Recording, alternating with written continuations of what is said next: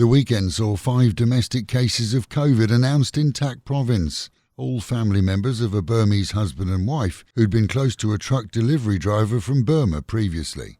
With Burma itself becoming a hotspot for the virus, the province has implemented screening for villages where the COVID cases were discovered, and some schools have been closed too. This is the first outbreak of domestic cases of the Chinese-born virus outside of quarantined arrivals in over a month. Non-Thais specifically, that's us, are advised to avoid hotspots in the capital and elsewhere as demonstrations continue despite a ban issued on Thursday. The weekend saw thousands gather in the capital and small handfuls of protesters elsewhere around the nation, including Pattaya. What started as a student-only protest in August has now deviated far from that and into a fully blown politically organised protest, with many coming from far and wide to Bangkok. So far, the only implemented control has been water cannon, as used in numerous European countries including Germany, this to disperse the crowds, and the protesters have been very well behaved too, simply but loudly making their point. For us, the non-Thais, it's an issue best avoided, certainly on street level. In Kanchanaburi, the Erawan Waterfalls are closed to the public after huge storms saw water flows become dangerous. Tourists are currently not allowed into the park areas adjacent to the falls either.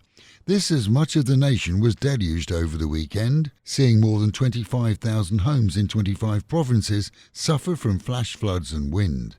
As of this morning, some 11 provinces were still being sieged by the monsoon front that remains over much of this part of Asia. When drug mules were intercepted by military in Mae Sai, it seems they fled into the night. The morning saw a search and discovery of backpacks that contained 2 million meth pills thrown aside by the fleeing couriers, and they're unlikely to be welcomed when they get back home. Meanwhile at home and in Pattaya, a handful of youths made their point at a mini-protest on Pattaya Beach at the weekend. These were mostly students and remained very peaceful, seeing police allow them to do their thing despite being directly opposite the police station. Rain soaked them though, and most dispersed quickly and peacefully. The region saw rain over the whole of the weekend, flooding the numerous roadworks underway and seeing many roads flowing with now muddy water. No huge floods reported, but roads today are very slippery in places. Once the rain subsides, a great place to visit this week is the area around the Chinese temple in Nuklua, where the annual vegetarian festival is taking place. Dampened over the weekend, it continues until the 26th and promises a carnival atmosphere with plenty for adults and children to do. A huge variety of food is on offer at attractive prices, and there's no entry charge. And with the reminder, amidst masks and meters, wash your hands, wear a mask and keep social distancing, and the Met Office promising a cloudy day with continued drizzle, highs of just 27 dropping down to 24. That is the local and national news from Fab FM.